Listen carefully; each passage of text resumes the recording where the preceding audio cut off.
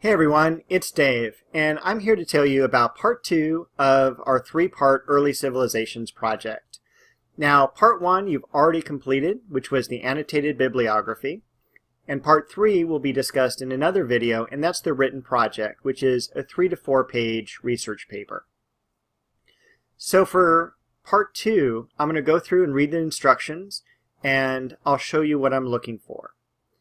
First off, underneath assignment, it says the very first thing you're going to do is you're going to create a work of art that relates to the focus of your written project. That you've already decided. So if you're going to be writing about Greek temples, for instance, you're going to create a Greek temple, most likely through drawing. That would be the easiest. But you can also use other mediums if you feel like you would like to do that. The work you create must be original and unique. It can't be a reproduction of a work that already exists. So you can't create or recreate the Parthenon as your artwork. You're going to be creating a nondescript Greek temple. And you're going to be able to do that through the research that you've done for your paper. So you're going to have looked at a lot of Greek temples and gotten an idea of their sizes and dimensions and what the columns and pediments look like. And then you're going to create your own work. I also gave the example of the octopus flask. So if you're going to be writing on pottery, that's totally awesome. You can create an octopus flask, but not one that mirrors the one in the book. So you want to create something original and unique. Next, you're going to write an artist statement about your creation. You're going to tell me what you produced, what mediums you used. Maybe you want to tell me about what difficulties you faced with the creation or how long it took. And I'll read through an example that I attached to this assignment. For the format of the artwork, that's going to be something you want to keep reasonable in terms of size. You definitely want to create something larger than a standard sheet of paper, but not something too large where it really isn't portable. So I'd like to recommend a 15 by 20 inch illustration board. Those are available from most art supply stores under about $5. Most of them $3 to $4. You can complete a drawing using mediums such as pencil, graphite, pastels, crayons, markers, colored pencils, even charcoal. You can also create a painting, and I would suggest using acrylic, watercolor, or gouache only.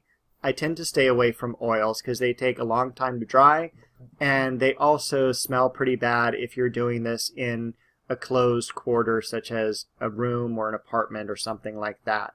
If you have an artist studio and you're used to oils, by all means, that's totally cool. But if this is something that's going to be new to you, that you want to experiment a little bit, stick with those 3 mediums: acrylic, watercolor, and gouache. Gouache is basically watercolor mixed with chalk. It's great for these types of projects. If you want to use another type of medium, that's totally okay with me, but just run it by me first so I know you have some experience working with it.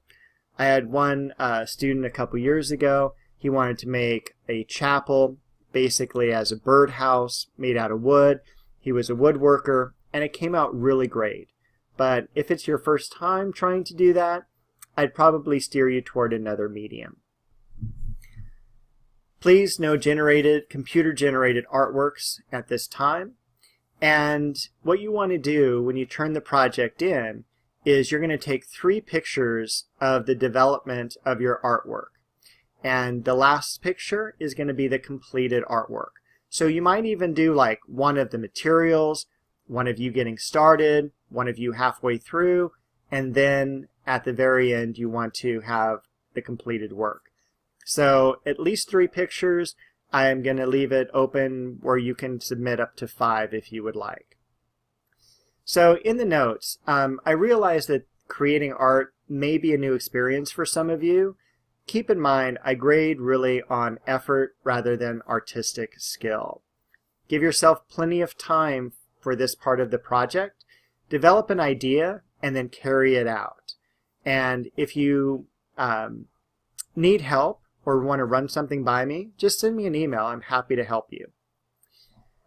Think about a budget that you're going to use for your art project. I've had some students tell me that they ended up spending like $100 for art supplies, and that's not the point here.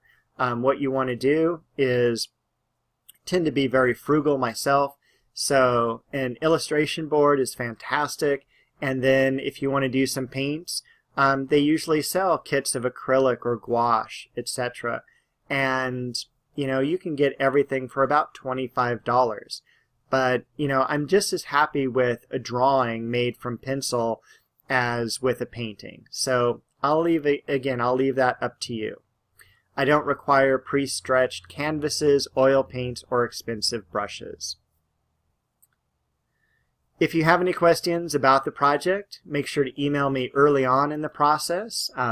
It is, I think, September 25th today, and you have until October 8th to complete this project.